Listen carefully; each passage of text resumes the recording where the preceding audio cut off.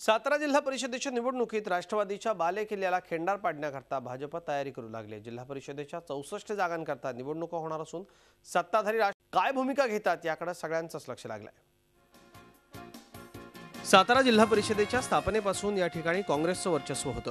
मात्र 1999 पासून राष्ट्रवादीच्या स्थापनेपासून ते आतापर्यंत सातारा जिल्हा परिषदेत राष्ट्रवादीची एकहाती सत्ता आहे। सातारा जिल्हा परिषदेची यापूर्वी सदस्य संख्या 67 होती। मात्र यंदा तालुका पातळीवर नव्यानं नगरपंचायत झाल्यानं 3 जागा कमी झाल्यात, त्यामुळे 64 जागांकरता निवडणूक होते।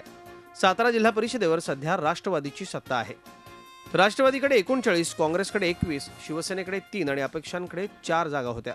मात्र अपक्षांपैकी दीपक पवार आणि कराड उत्तरचे मनोज घोरपडे यांच्या मातोश्री मंगलाताई घोरपडे यांच्या भाजप प्रवेशामुळे भाजपला 2 जागा मिळाल्यात।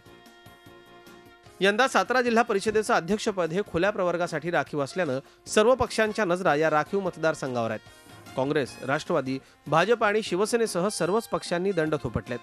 खासदार उदयनराजे भोसलेंनी जिल्हा परिषद निवडणुकीबाबतची आपली भूमिका अजूनही गुलदस्त्यातच ठेवली आहे। तर काँग्रेस आणि राष्ट्रवादी समोर भाजपनं तगडे उमेदवार उभे करून आव्हान उभं केलंय, तर शिवसेनेनं एकला चलो रेचा नारा दिलाय।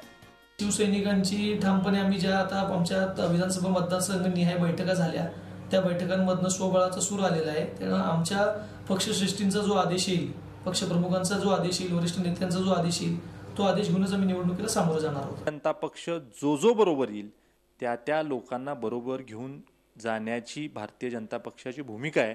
फक्त भारतीय जनता पक्ष हा मोठा भाऊ असेल आणि बरोबर येणाऱ्या ह्यांनी लहान भावाची भूमिका बजावावी अशा पद्धतीची आमची भूमिका आहे।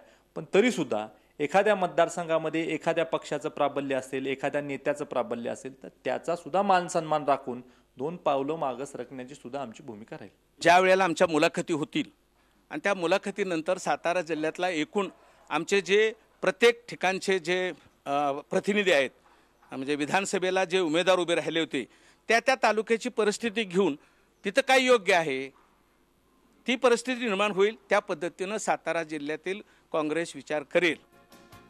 सातारा जिल्हा राष्ट्रवादी काँग्रेसचा बालेकिल्ला समजला जातो। मात्र राष्ट्रवादीच्या याच बालेकिल्ल्याला हादरा देण्याकरता भाजपनं अनेक दिग्गजांना पक्षात घेतलंय। यंदाच्या निवडणुकीत खासदार उदयनराजे भोसले हे ऐनवेळी नेहमीप्रमाणे पक्षात राहणार की सर्व पक्षातल्या नाराजांना एकत्र करून सातारा जिल्हा विकास आघाडी करून निवडणूक लढवणार हे काही दिवसातच स्पष्ट होईल। Vikas Bhosale, Zee Media, Satara.